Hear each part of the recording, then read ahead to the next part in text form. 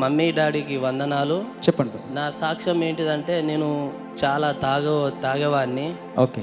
నేను మందు చాలా అంటే బాటిల్ తాగేవాడిని. నేను తాగే మందు ఇక మా వాళ్ళే విరుత్తు పుట్టింది. ఎందుకు తాగుతున్నావు ఇంత మందు, నువ్వు బతకవు, చచ్చిపోతావు, ఓకే. ఇంత మందు తాగొద్దు, దేవుని నమ్ముకో అనుకొని చెప్తే ఓకే. నేను మాటలు విని దేవునికి చాలా ప్రార్థన చేశాను. ఓకే.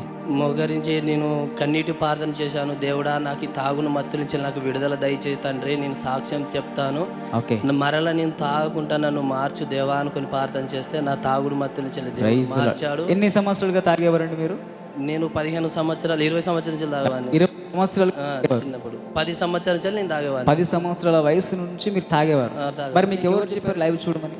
లైవ్ చూడాలంటే మా వాళ్ళే ఇక ఉండి, నువ్వు తాగకు, దేవుని నమ్ముకొని నువ్వు మంచిగా ఉండరా, తాగుడు మర్చిపో అనుకొని దేవుని నమ్ముకుంటే నువ్వు బాగుపడతావు అన్నారు. నేను ఇక తాగుడు మత్తుల నుంచి వెళ్ళి విడుదల పొందాను. ఎప్పుడు విడుదల పొందారండి?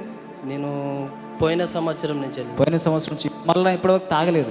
అసలు దాని ఆలోచన కూడా రావటం లేదు. ఆలోచన కాదు, అది మందు చూస్తేనే నాకు విరక్తి వస్తుంది. ఇప్పుడు మీ కుటుంబంలో ఏమంటున్నారండి? త్రాగుడు మానేశారు కదా, చాలా ఆనందపడుతుంది, చాలా హ్యాపీగా ఉన్నారు కుటుంబం అంతా. దేవునికి మహిమ కలుగును గాక. గట్టిగా చెప్పులు కొడదామండి ఒకసారి.